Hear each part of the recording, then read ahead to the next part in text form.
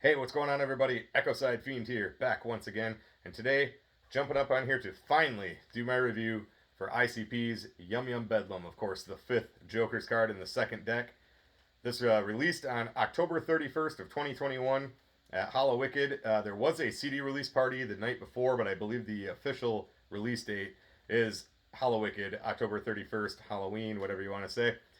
Now, of course, I'm sure everybody knows the story, but they announced the whole project, the name, not the image quite yet, but the name, the seeds, names of the seeds, and all that. I think they named the seeds anyway, but regardless, announced all that on the seminar on the original Patreon streams that they did, the House Party Peep Show. Of course, the seminar was held at Violent J's house in his office, covering everything that they probably would have covered at the gathering, which of course they had to cancel because of the pandemic. So they initially announced the release date as Christmas Day of 2020. Kind of a weird day to have an album come out, but that's what they were shooting for. Then as it was getting closer, of course, there's nothing coming out about it, no pre-orders, nothing. They did put out the first track, the Ding Ding Doll, which I liked a lot. They put that out on one of the Patreon streams. I forget exactly which one, but showed it there with a lyric video. So I liked that a lot when it first came out, so I had high hopes. And then Jump Steady announced Yum Yum's lure and said that Yum Bedlam was pushed back until March. So then finally, when the lure came out, I'm not going to get into the whole thing where everybody was waiting for it, but regardless, I got mine when I got it.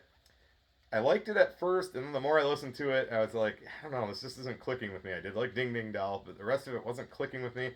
And I was getting a little concerned about what this was going to sound like. And then sometime down the line, it got pushed back again. I forget exactly when they announced that it would come out at Hallowicked, but at some point down the line, they announced it was coming out at Hallowicked of 2021, and it did. So, got my copy here.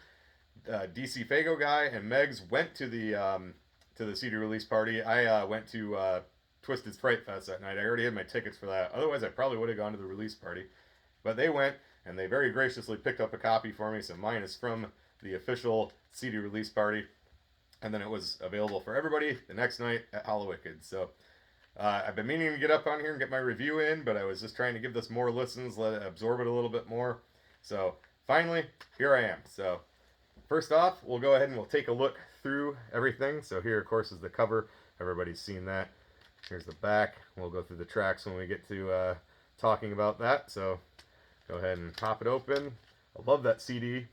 I love the image with the face open. Of course, there's shirts available for that. And got the countdown there like they always do. And pop this off, and this has that like Yum Yum's Wicked Garden, whatever they're calling it, Tom Wood artwork. So it looks really cool. And the booklet, of course, is pretty cool too. We'll pop that out. So of course it's got the single slip there to start with, and then you can turn it around. It's got the face opened, all the claws opened, all that stuff. And then of course when it's like that, then the roots are out, the vase is cracked. So really cool. Like that a lot. And then the booklet, and I think this is when you pre-ordered it, this was the shirt that you could get. I actually didn't pre-order it.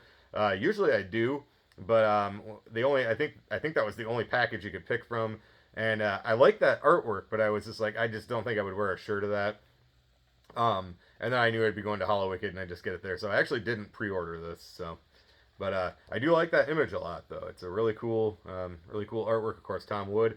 I that would be a cool poster. I put that on my wall. I don't know. I was like, I don't think I would wear a shirt with that on it. So I ended up not pre-ordering it. So of course, got the story of Yum Bedlam. We got all your production credits, and we do have some ads for each of the seeds. Of course, this just came out, and put up my unpackaging of that yesterday. I just got that in the mail yesterday. And then at the 22nd annual Gathering of the Juggalos will be Pug Ugly, the Stink Bud. I almost definitely will not be able to go to the gathering because I've already looked at the calendar for the summer, and all the dates are filled up. So for vacation at my work, so I will not, almost definitely will not be able to go. So I'll have somebody pick that up for me. And then the last one, of course, available Halloween night, which of course I always go to Hallowicked, will be Whoa, the Weepin' Weirdo. So I'll be able to pick that up for myself, and I'll have to have somebody pick up Pug Ugly at the gathering for me. Or I can, of course, and I talked about it already. Both me and DC were in the same boat here, worried that this was going to be like exclusives. So I actually ordered my Wicked Vic off of eBay. Of course, we'll talk about that in the unpackaging video. And then all the rest is just all your lyrics. I should probably aim that a little more towards the camera there for you. So, yep, all the lyrics for every song. I like it when they do that. I really like being able to follow through and see all the lyrics, be able to understand what they're saying if you get stuck on something. So, and there's a funny picture that Meg's put up. My first time listening to it. I went to their room in the hotel, and DC and Megs were playing Into the Echo Side while I was giving it my first listen and looking through, and apparently Megs was like, "Hey, Timmy, look, I'm taking a picture, I'm going to put it on Instagram or whatever," and I'm just sitting there, like, just engrossed in the book, and so she just took the picture and put it up, and I didn't even know she did that until she posted it, and I got the notification that I had been tagged, so I thought that was pretty funny. So we'll go ahead and get into the tracks here. So we got track 1, Intro. 2, Here Comes the Carnival. 3, Wretched. 4, Clown Drippin'. 5, Gangsta Code. 6, Queens. 7, Panic Attack. 8, Fuck Regret. 9, Insomnia. 10, Heart and Soul featuring Vinny Dombrowski from Sponge. 11, The Drunk and the Addict. 12, Don't Touch That Flower. 13, The Jokestas, which of course if you listen to it on streaming, unless they've changed it, I haven't looked in a while, but it's called Stretch Nut, but it's the same song. 14, Bitch I'm Fine. 15, Carnival of Lights. 16, Ain't No Time. And 17, Something to See. So pretty much beginning to end, I like this a lot. When I put this in, I usually just let it play completely through. I don't really think there's anything on here I would skip. I mean, most of the time, I've talked about this before, but if I put in ICP, I generally just put it in and let it play to beginning to end. I really shouldn't say put it in anymore because I have everything on my phone. Hit play and let it play beginning to end. So really not anything on here I skip. Now I will talk about, and I know this is not anything that several other reviewers have pointed out. I think this seems to be pretty much consensus, but I would switch track 2, Here Comes the Carnival, and track 12, Don't Touch That Flower. I would definitely put Don't Touch That Flower at track 2. That really seems to be the introduction to the Joker's card. I don't know why that's so far down, and it's not even like at the end either. Bang Pow Boom was at the end, but that it finished the album fine. But usually it's like an intro and then the track introducing the Joker card itself. So yeah, I would definitely put Don't Touch That Flower at track 2, and I feel like Here Comes the Carnival would be best at track 17. I feel like that would be the ending track. They usually like to go out on a big grandiose in a big grandiose way with a song that's very engrossing and big sound, and I really feel that Here Comes the Carnival would fit at the end. Again, I know a lot of other reviewers have pointed that out, but yeah, I definitely agree there. Let's see, trying to think of some other stuff to talk about. Wretched, of course, the first video that they put out was really well done. It was done by was it Deadbug. I wasn't really familiar with his stuff, but apparently he's a YouTuber, and they just reached out to him and he did the video for him. It was really good.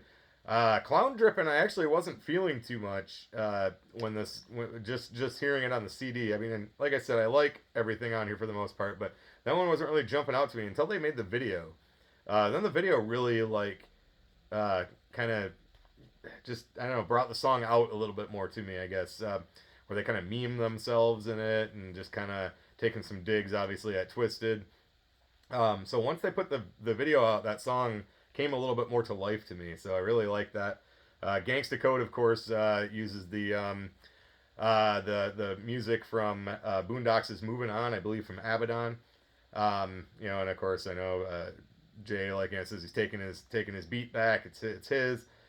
Sounds really weird with the lyrics to that song, but after I listened to it a couple times, it does fit because it's it's kind of got like a southern twang, kind of a folky kind of sound, and to me a lot of that music, folk music, often deals with the death and kind of dark content, depending on who you're listening to. But like the folk punk and stuff like that I like is oftentimes very dark. And then the lyrics to that song are pretty dark, you know, where he's basically making fun of one. You know, he's talking about being in a gang and making fun of one of his own soldiers for you know fucking up and getting himself shot and killed, and basically just kind of taking shots at him, like, you know, why would you do that? How could you be so stupid? And then of course at the end of the song, it turns out that it was Jay who was actually killed, and he was thought he was still there with everybody, and so pretty dark content, and the way he raps it, his the voices he uses, and his cadence that he uses several times, it's really cool, and it does fit. It took me a couple times to kind of put the two together, but it does work. So Queens, I know a lot of people have been kind of dogging that song. I gotta admit, I fucking like that song. It's extremely catchy. I have woken up several times in the morning getting up to go to work, and that song is just immediately in my head for some reason. Um, the hook to it is great. I like the music. I like the beat to it. The content I think is pretty cool. It's kind of cool to, throughout the years, yeah, they've kind of had some tracks kind of, maybe a little bit derogatory towards women. I even sometimes kind of didn't like that when they did that. So to kind of hear them come out and talk about how you should be treating your women, your juggalette, whatever you want to say, I think that's really cool. And it's a good song. I think it's cool. So, Panic Attack is fucking heavy as shit. The is it the third verse? The last verse, anyway. I thought the lyrics go a little bit weird. I don't know, like when he's talking about something Jimmy has a troubled hip, and also like I'm not really 100% sure what he's talking about there, but it's a fucking heavy ass song. The chorus is really fucking heavy. Jay screams his fucking ass off on it, and I really like it a lot. So definitely digging that track. And then of course at the end has the Richard Cheese and Lounge Against the Machine, where he's doing what do I want to say? Fuck the World. So I'm not like super into him, but I remember first coming across him when Down with the Sickness, his Disturbed cover was in the remake of Dawn of the Dead, which I fucking love that movie. When it comes to remakes, I think that movie was one that stands equally side by side with the original. So, and then hearing that in there, I was like, oh no shit, okay, this guy's pretty cool. So I kind of looked into him a little bit more. I don't own any of his stuff, but I've listened to him on like online and stuff, and he's funny. Um, Fuck Regrets, cool. Insomnia, I was really excited about because I thought that might be something that I would really, really identify with because I actually suffer from insomnia. I have to take a sleeping pill pretty much every night to go to sleep, especially if I have to work the next morning. When it comes to the weekend, I usually don't bother with it, but I can be dead tired and we'll just toss and turn and toss and turn. My dad suffers from it as well. My mom and my brother don't deal with it too much, but I've been like that since I was a teenager, and it sucks. It's really it's shitty, And my dad's encouraged me to go to a sleep clinic, but I'm like, it's not gonna be able to fucking do anything. They're just gonna go pay money, and they're gonna tell me, yep, you have a sleeping problem. Yeah, no shit. I've been dealing with it for 25 years, whatever, But so I was actually really like kind of excited. I was thinking like he'd be like talking about like stuff that I would be able to identify with and really kind of cling to. But it's a cool song, but it didn't really delve into it the way that I was hoping it would. But it's still a cool track. It's another one. It's got kind of some off the wall lyrics that kind of took a minute to kind of sink in with me. But it is a good track. I just was hoping it would be a little bit more close to home for me with myself suffering from insomnia. Heart and Soul, favorite song of the fucking album. I fucking love this track. I was never big into Sponge by any means. I never disliked them, but they just, when the time they came out was during the big alternative thing, I was all punk and metal, underground hip hop a little bit at the time. But I didn't really listen to like that alternative stuff. I was already had washed my hands in Nirvana because they just, I don't know if I've ever gotten into it. I'm not going to go into it now, but I did get back into Nirvana, but I kind of fell away from them for a while just because they got so big and everybody was, everybody was into them. So the whole alternative explosion I wasn't really into, and that's when Sponge came out. But I always liked everything that they put out. I don't think I ever heard a song by them I didn't like. But yeah, Heart and Soul, fucking great song. Of course, it's a cover song by I think I'm saying it right, Tapao, and that song, the original, hit when I was, very young. Like I'm gonna say like 8, 9, somewhere along in there. I'm guessing that's when 80s anyway. And I always liked it back then. For whatever reason, it hit my ear right, and I just always liked it. And their cover is really good. They changed the lyrics just slightly, make it just a little bit more ICP-ish, but it's still talking about the same thing. A lot of the lyrics are the same. Vinny does the chorus just the way they did on the original, and it's just great. It's a great song. It's a feel good song. It's still got their kind of their mark on it, and they both do their lyric delivery is just like Tapao did it. They cover it great. I like it a lot. Favorite song of the album, and it ranks among my favorite ICP tracks. I love it. Drunk in the Attic is good. Again, Don't Touch That Flower is kind of the introduction to the Yum Yum Flower, which again, think that probably should have come second, but Jokes does is pretty cool. Just talking about again, it's another We're Not Sorry If We Tricked You song. Bitch I'm Fine, School. Carnival of Lights, I fucking love. Great fucking, just great melody. And it's just awesome. Like a, just feel good track, a lot of guitar work. I believe that was a Mike P production. Very, very well done. Good at the end, towards the end. I almost feel like Here Comes the Carnival and maybe Carnival of Lights right by each other would have worked good, but Ain't No Time's great. That's the one that features Roadside Ghost. I did look into them a little bit, found some of their stuff. They seem really cool. I'm not sure if they're a Detroit band. I'm not sure if that information's out there or not, but I haven't seen. But regardless, I like that track. It's a little bit, a little bit of a downer track, because I'm like, man, if that shit is true, like what Jay went through, I'm like, man, I'm sorry that shit happened, but I know probably most people can relate to a certain extent. So, and the video for that is fucking cool as hell too.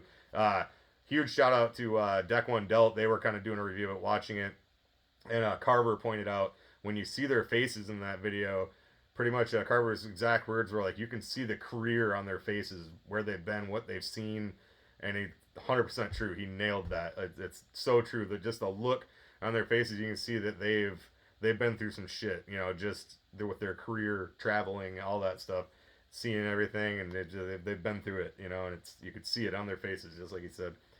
And then Something to See, pretty cool ending track. Again, I probably would have gone with Here Comes the Carnival as the ending track, but Something to See, really cool song. Yeah, basically just Jay talking about, that he's told in the song that he's going to be going blind soon, and that his doctor recommends that he go and see everything he was wanting to see, and then the song is asking you what you would want to see.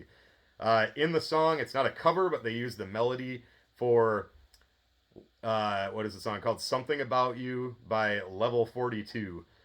Song also from the 80s that I've known my whole life. They don't cover it. It's not covered, but they use the melody. The chorus of the song is in the same exact melody of that song, Something to See by the band Level 42, and they use a lot of the music in it too, but it's not a cover song. So, but yeah, overall, that's the last track. Overall, this is a great fucking album. I do think it was worth the wait. When I put it in, I don't skip anything. I've talked about it before. Sometimes I do throw on something ICP while I'm out just running some errands, and I started at the beginning and don't get all the way through, but I'm not like turning it off like, I don't want to listen to this anymore. Just, done doing my stuff in my car and heading back inside, So, but yeah, this is a great album. Every time I listen to it, I basically just start it and let it play all the way through. So I would have to give this a solid 4, 4 out of 5. And so far, I would say, I think I talked about this before, I'm going with the second deck. I'm going Bang Pow Boom is still my favorite. I think that's a fucking classic. And then Mighty Death Pop, and then this. And then I'd say probably Fearless Fred Fury, and then the Missing Links after that. I know I still haven't reviewed those, but as I've talked about before, there's something about those albums, or especially the first one, puts me in a weird fucking mood, and I'm like, every time I'm like, oh, I need to listen to those again, and then I'll do the review, I'm like, I don't feel like listening to it, so I'm going to try to get to it sometime, but yeah. But yeah, this is definitely, so far in the second deck, this is probably my third favorite. And highly recommended. If you're sleeping on it, you're missing out. So, also, this did come with it. This was packaged inside. I don't know how the fuck they got this in there, but it's an ad book, just some stuff coming out. Of course, we'll just flip through it real quick. You got the Walking Home, a little bit of the comic book. I got the Shaggy and the Creep, some ad for Tom Wood fantasy art. Make sure I'm not skipping anything here. Let's see. Wild in Hell. And then what is this? Oh, yeah, it's Kuma's band. We got, so, Chapter 17 for Ouija Mac. Whoop Dub. I still have not tried that. I need to order some of that since it says right there, delivering to your front door. I am a craft beer drinker, so I definitely should be checking that out. I have not had a chance yet, and I just want to have the cans to display. Got an ad for Devereaux Beats. I got an ad for Shaggy the Airhead, and of course the Tom Wood float. So this is just packaged inside, and once I took it out, I could not fucking get it back in there. So, all right, well that's pretty much all I got for that one. So like I said, solid 4 out of 5. Great fucking album. I do think it was worth the wait.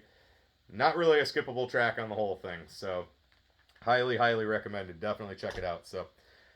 So sorry that took me a while to get to, but I know I've said it 1,000 times, but I've just been so fucking busy and just have not had a chance to sit down and do it. So finally got to it today. So keep an eye out. I know it'll be one more week. I'll have put up the video for the winner for my giveaway. Looks like pretty much everybody that's going to be entering probably already has. Probably could have just gone a week on it, but I said 2 weeks, so I'll just leave it up and then we'll put up the video.